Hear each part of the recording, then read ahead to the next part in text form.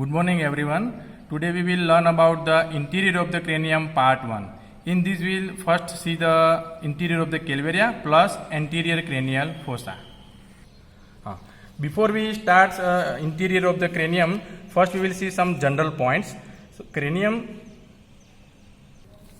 is lined internally by endocranium, which is continuous with the periosteum of the outside of the skull bone, that is known as pericranium, through the sutures, foramina and fissures.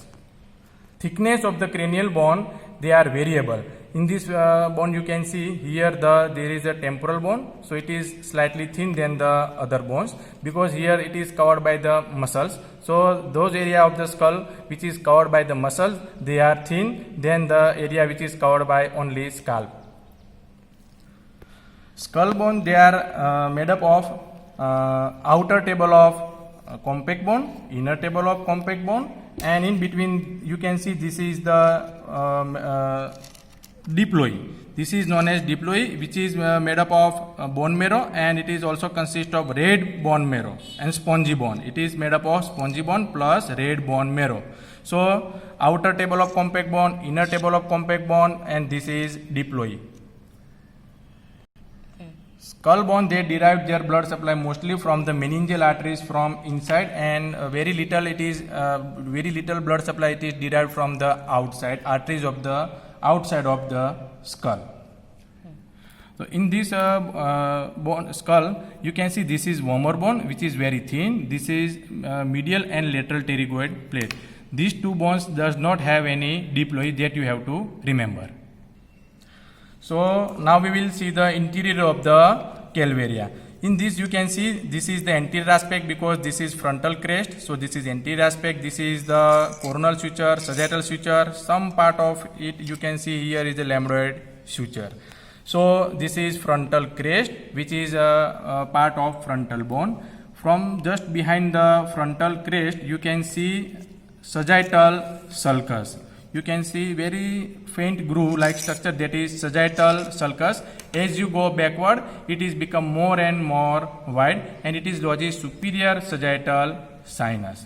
Now next point is, on each side of sagittal sulcus you can see deep, irregular, large depression or pits on each side of the sagittal sulcus. These are here you can clearly see. These are known as granular foveolae. It lodges mainly arachnoid granulation, and in the old age these depressions are more prominent, and main function of this arachnoid granulation is to absorb the CSF. Now you can see these are the vascular markings. These are the vascular markings of middle meningeal vessels. Why I am saying vessels? Because here in this group both the artery and vein, they are occupied. Vein, they are in contact with the skull bone, and just medial to it there is a artery. So we can say these markings are mainly produced by the middle meningeal vessels. You can see these are the marking of mainly anterior division of middle meningeal vessels. These two are parietal foramina. These are parietal foramina. They transmit the emissary vein. Impression of cerebral gyri, they are not much very well seen in the skull. They are more prominent in the patients in which there is a raised intracranial pressure. Now we will see the interior of the cranium of the base of the skull. So interior of the cranium, it is showing natural subdivision into anterior, middle and posterior cranial fossa. First we will see the anterior cranial fossa, features of the anterior cranial fossa. In all the cranial fossa we will see the features, and then we will see the attachment and structure passing through foramina. Now in the anterior cranial fossa, which are the bones and structures are seen, that we will see first. So anteriorly in the midline you can see this is the frontal crest. This is the orbital plate of frontal bone. Here this is the posterior free margin of lesser wing of sphenoid bone. Between orbital plate and lesser wing, somewhere here there will be the suture, but it is very fine suture, you may not able to see. So this is frontal orbital plate of frontal bone. This is lesser wing of sphenoid bone. in the midline, in the floor, you can see this is cribriform plate. What is the meaning of cribriform? Means they are foramina. So you can see this bony plate, it is having numerous small foramina. This is cribriform plate of ethmoid bone. It is a part of ethmoid bone. And from cribriform plate in the midline, you can see this part is known as crista galli of the ethmoid bone. Now this is the body of sphenoid. This is the upper part or superior surface of the body of the sphenoid. Here it is known as jugum sphenoidale. And here you can see this is a sulcus chiasmaticus. It is seen in it will be lying in the middle cranial fossa. It is sulcus chiasmaticus. So anterior cranial fossa, it is limited in the median plane posteriorly by the anterior margin of the sulcus chiasmaticus. This is now this bony projection which is formed by the lesser wing of sphenoid medially. So this is known as anterior clinoid process. This is known as anterior clinoid process. Now there is one blind foramen seen just in front of crista galli and just behind the frontal crest. So this is this foramina. This is known as foramen cecum, which is usually blind. This foramen cecum, what you have learned or you might have come across in the brain also, in the medulla oblongata, and in the tongue also you will come across foramen cecum, and here is also there is a foramen cecum. So 3 foramen cecum you have learned. Now this is cribriform plate. It here articulates with the orbital plate of frontal bone. So wherever there is a articulation, so somewhere here there is a small opening. Here there is a small opening. You might not able to see in the video, but here you have to remember there is an anterior ethmoidal canal. Here there is a presence of posterior ethmoidal canal, and this anterior and posterior ethmoidal canal, it communicates the orbital cavity with the anterior cranial fossa. Now another small foramen you have to remember, just on the side of the crista galli. This is crista galli. On each side of crista galli there is a slight slit-like opening. Through that there is a one nerve, that is anti-ethmoidal nerve, enters from anterior cranial fossa to the nose. That you have to remember. Later on when we will learn the structure passing through, at that time we will again discuss. This orbital plate of frontal bone, it is forming the roof of the orbit, and also medially it is forming the roof of the ethmoidal air sinus. Here this is the cribriform plate. Just beneath or just below it there is a ethmoidal air sinus.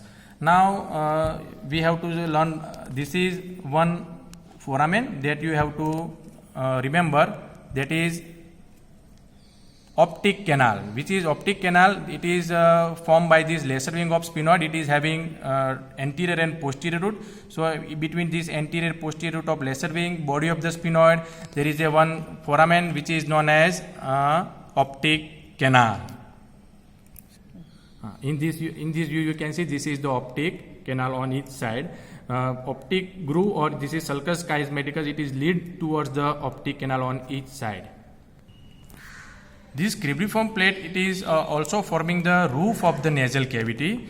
So one applied related to this that we will learn now. Fracture of the anterior cranial fossa may cause bleeding and discharge of CSF through the nose. Why? Because whenever there is fracture of the anterior cranial fossa, this cribriform plate may get fractured. So blood and CSF may pass through this cribriform plate, nose, and from that it comes out. So it is also known as, if there is a CSF coming out of the nose, then it is known as CSF rhinorrhea. Now we will see attachment and structure passing through foramina. So first we have seen this frontal crest, and this is crista galli. So these two structure here, there is a attachment of, over these two structures there is a attachment of anterior end of falx cerebri, that is the one of the dudal fold. Now we have seen sagittal sulcus we have learned. So there is two lips of the sagittal sulcus that gives attachment to the falx cerebri, and it lodges superior sagittal sinus also. Now this orbital surface of the frontal bone here, this is orbital plate of frontal bone. It is support the frontal lobe of the brain. Now this is anterior clinoid process. It gives attachment to the free margin of tentorium cerebelli, another dural fold. So tentorium cerebelli, it is like this. So anterior end of free margin it is attached to the anterior clinoid process. Now this foramen cecum we have learned. So it is mostly it is blind, but sometimes it transmits the vein from the nose and it drains into superior sagittal sinus. Now anterior we have learned somewhere here, anterior and posterior ethmoidal canal, they are transmitting the anterior ethmoidal canal transmit the nerve, anterior ethmoidal nerve and vessel. Posterior ethmoidal canal transmit the posterior ethmoidal nerve and vessel from orbit to the anterior cranial fossa.